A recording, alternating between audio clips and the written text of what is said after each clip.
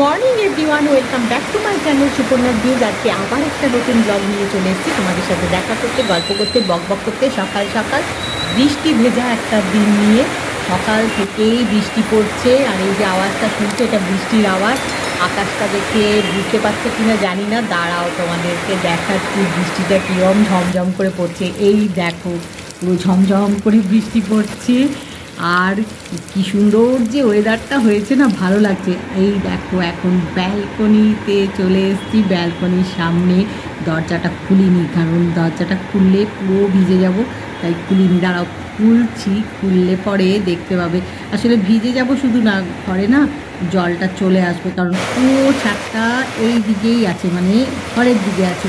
এই দেখো গাছগুলো কী ভালো লাগছে না, বর্ষাকালে এটা খুব ভালো লাগে, গ্রিন পুরো, খুব ভালো লাগছে দেখতে। এই যে দরজাটা পুরো খুলে দিলাম তোমাদেরকে ভালো করে গাছের গ্রিনটা দেখানোর জন্য, কিন্তু এখন একটু কমেছে তাই বেরোলাম। এই দেখো বৃষ্টি পড়ছে, টবে জলটা দেখো, দেখলে বুঝবে।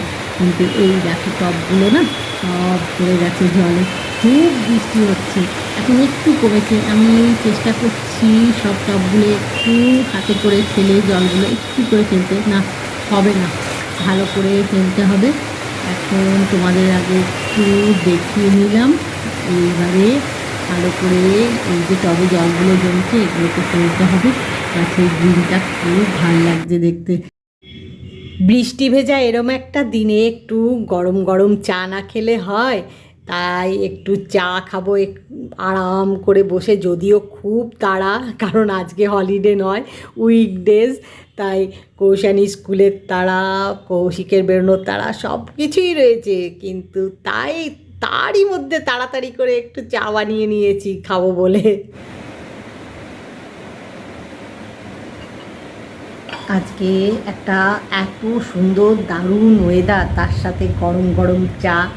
একটু আগেই সার্ভ করেছি কৌশিককে, তারপরে আমারটা সার্ভ করছিলাম যখন তোমাদের সাথে একটু শেয়ারও করলাম।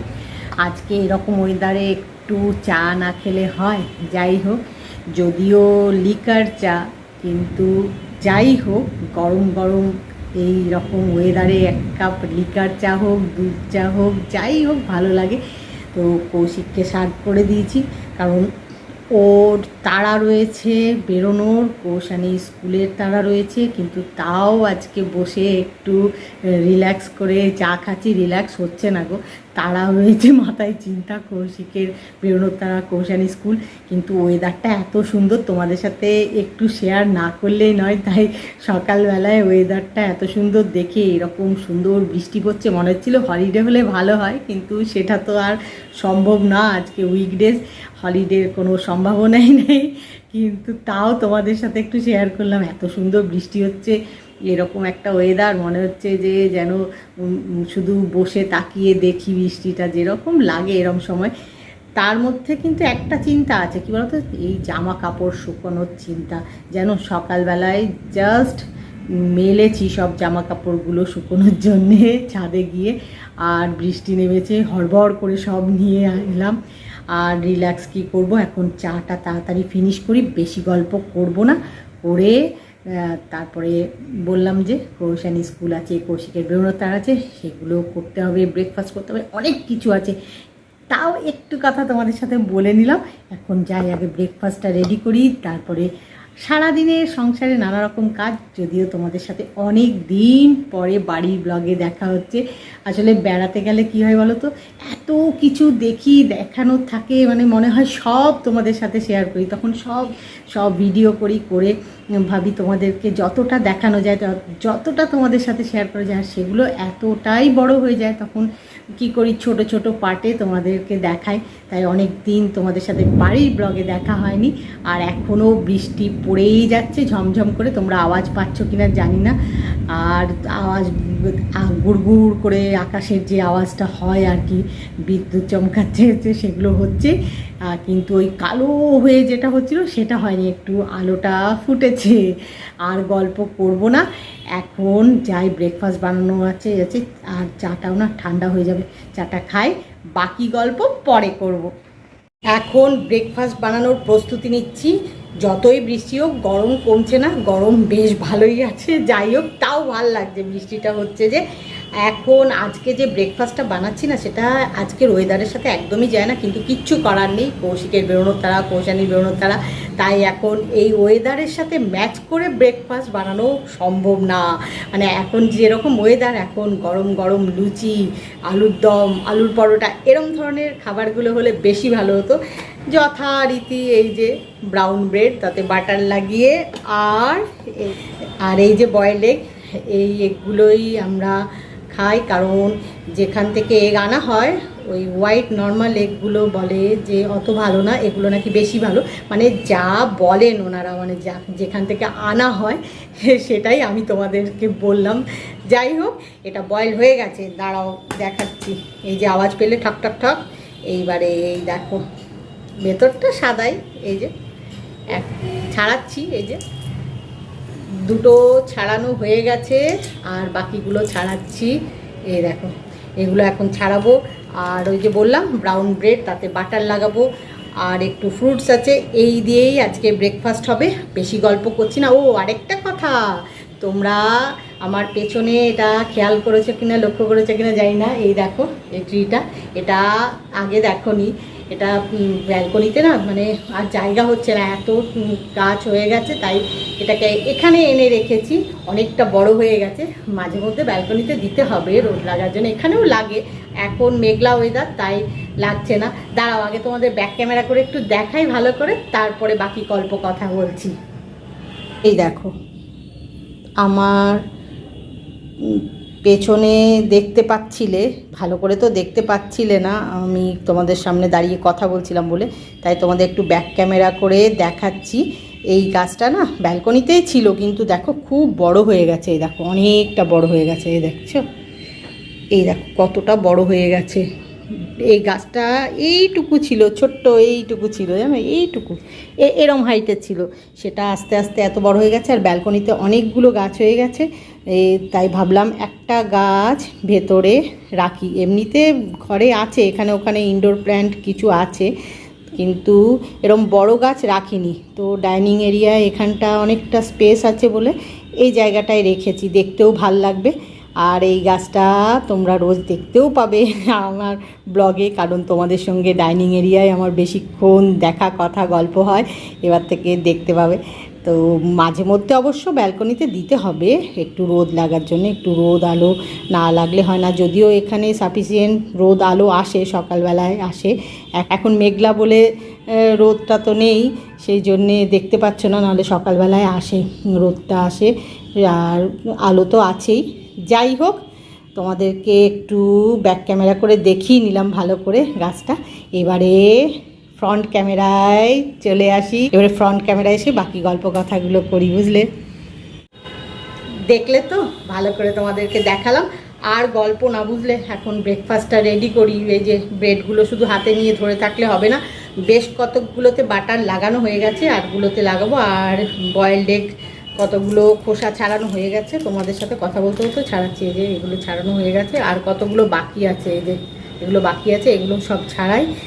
তারপরে লাঞ্চ বানানো, এটা ওটা যেরকম থাকে সংসারের নানা রকম কাজ, আর তার ফাঁকে ফাঁকেই তোমাদের সাথে গল্প কথা করি সবসময়ই আমি, সেটা তো তোমরা জানো, বাড়ির ব্লগ মানেই তাই কাজের ফাঁকে ফাঁকে গল্প কথা।